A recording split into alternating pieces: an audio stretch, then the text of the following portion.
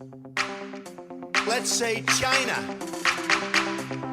China. China. China. China. China. China.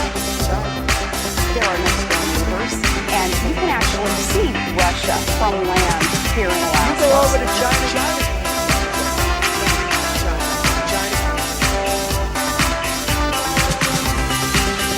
I did not have sexual relations with that woman.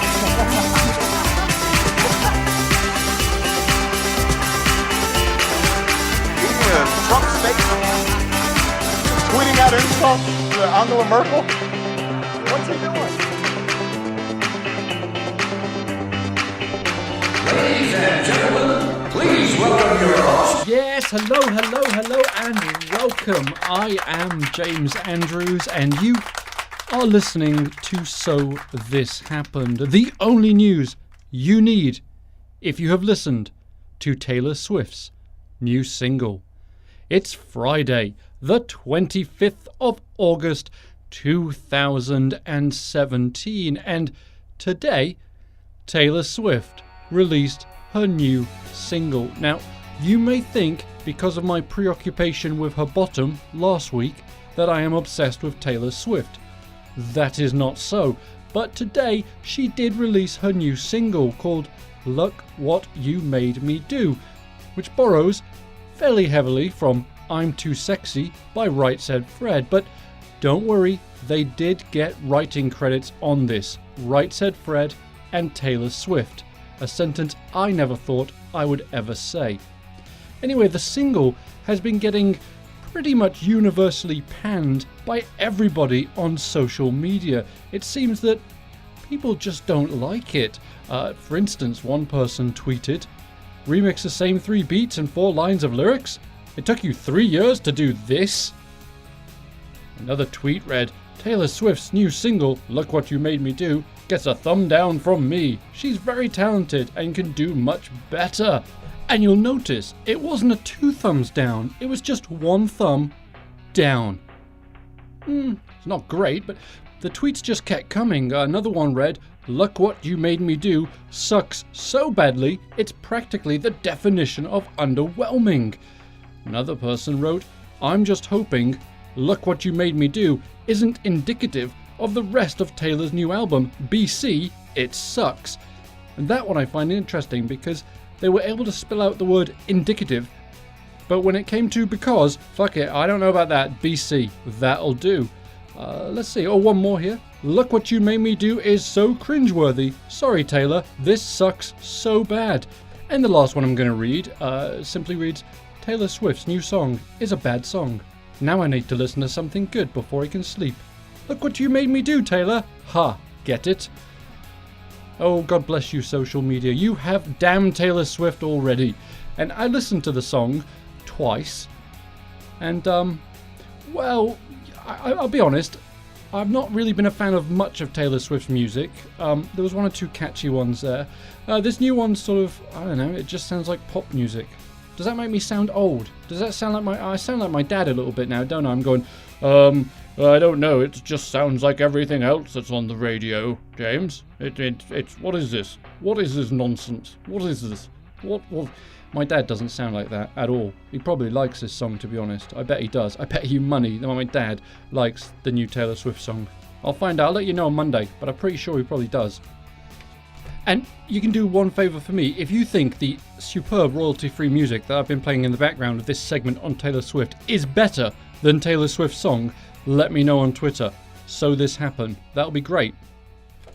And in a story that does literally nothing to make you think that Alabama is not just a backwards redneck fucking state, this happened today. A group of parents at Auburn High School in Alabama have started an online petition asking for the removal of the rainbow flag, the LGBTQ flag.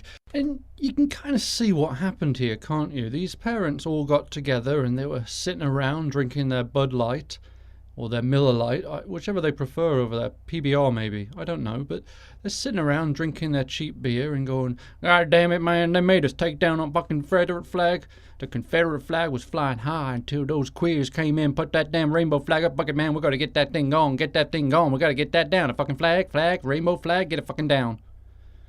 I don't know if they sound like that in Alabama. They might. I've only driven through it once, and that was enough, to be honest. But this online petition, what it says, and I quote, that it creates a hostile and provocative learning environment for students not comfortable to openly supporting the LGBTQ community in the public school where students come from diverse political and religious backgrounds.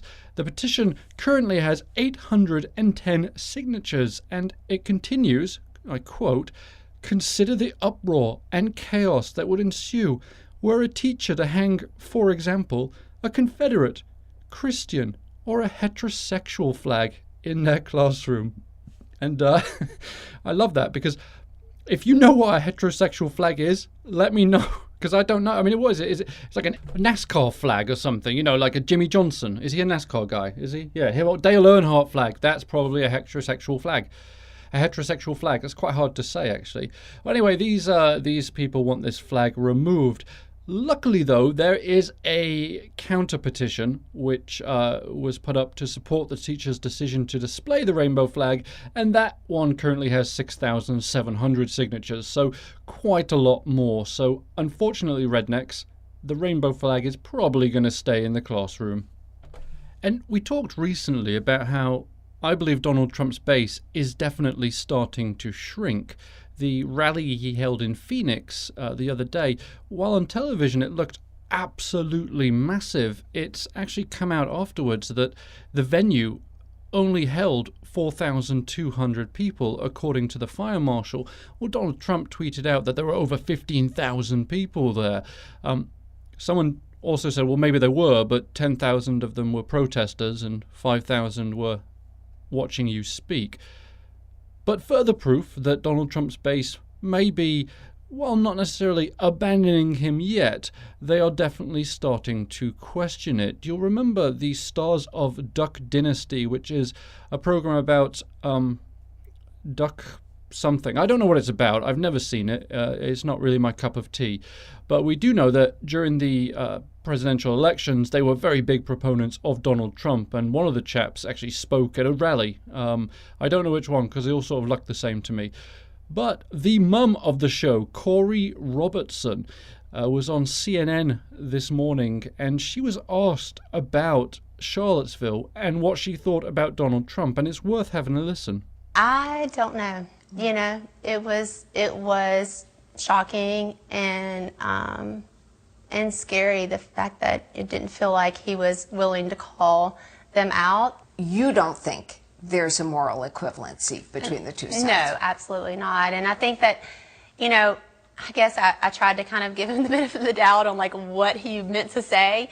But then when he came back and, he started, saying that there were good people on both sides and all that, that's when it got even more shocking to me, because I was like, I don't know how you can say there are good people that are marching with torches and, shouting Nazi slogans, wearing Hitler shirts, spewing all amount of hate. So if there's a good person that showed up there, they would leave whenever they saw what was happening, So that floored me, and I don't really understand that. I really can't defend him in any way on that.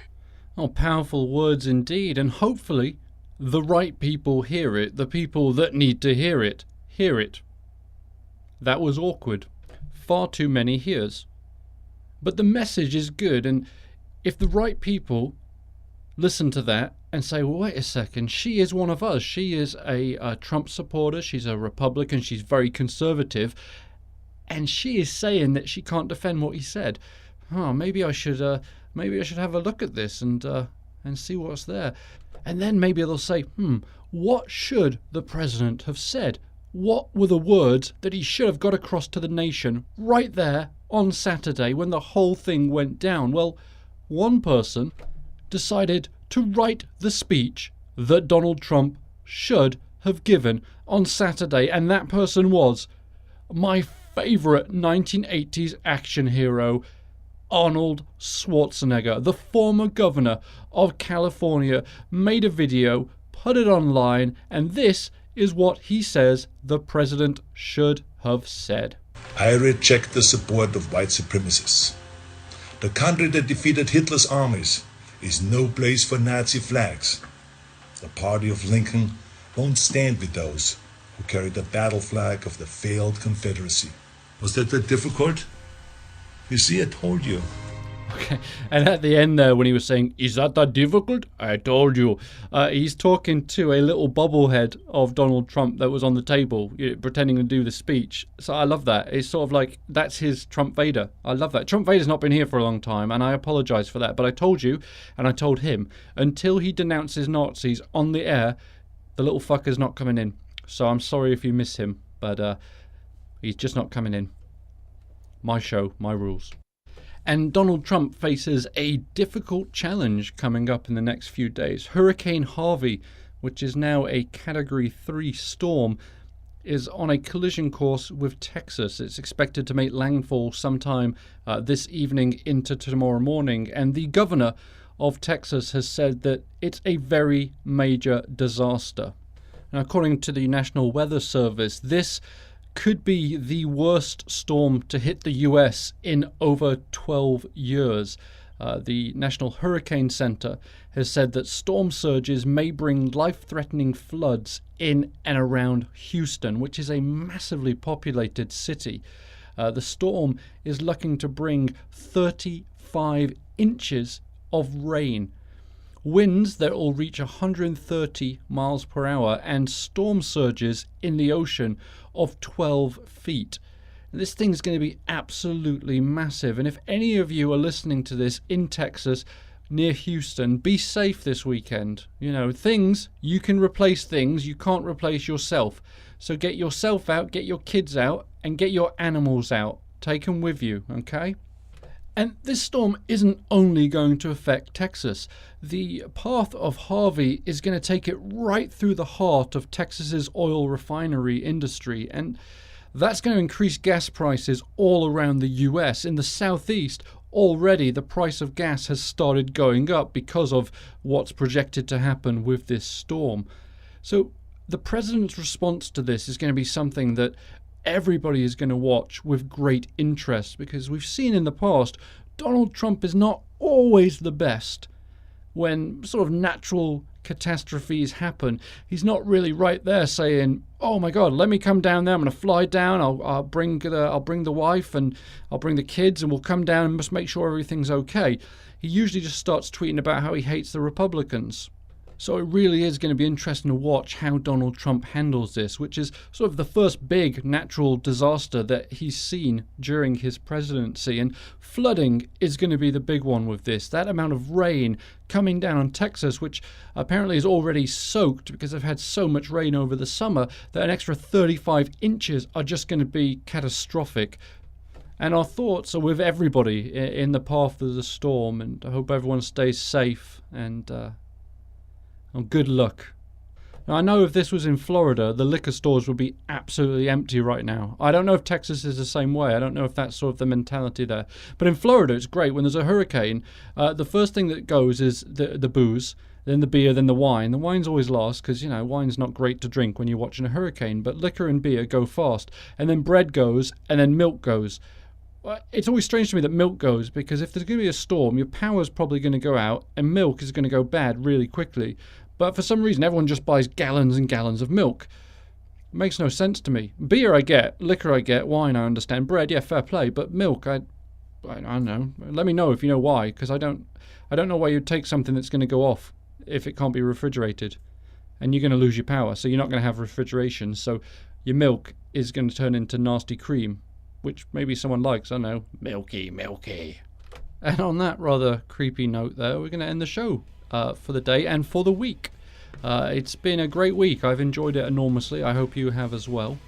Thanks everyone for listening, and thanks for everyone that has become patrons of the show. It's really wonderful. If you want to do that, www.patreon.com/SoThisHappenedShow.